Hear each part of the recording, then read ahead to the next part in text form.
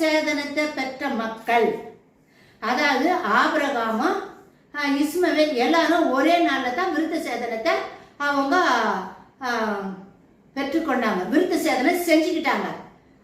இன்னைக்கு முஸ்லீம் கூட, இஸ்லாமிய சகோதரர்கள் கூட இந்த விருத்த சேதனத்தை செய்கிறாங்க. ஏன்னா ஆபிரகாம வழியா தான் இஸ்மவேலு பிறந்தார், ஆகார் வழியா. அதனால ஆபிரகாமும் இஸ்மவேலும் ஒரே நேரத்தில் தான் விருத்த சேதனம் செஞ்சுக்கிட்டாங்க. அதனால தான் இன்னைக்கு உலகத்தில் இருக்கிற எல்லா இஸ்லாமிய சகோதரர்களும் அவங்களும் அந்த விருத்த சேதனத்தை செய்கிறாங்க. இது தனக்கென்று பிரித்தெடுத்த மக்கள் யாரு? இந்த இஸ்ரவேல் மக்கள். தேவனுக்கென்று பிரிச்சு எடுத்துட்டாரு.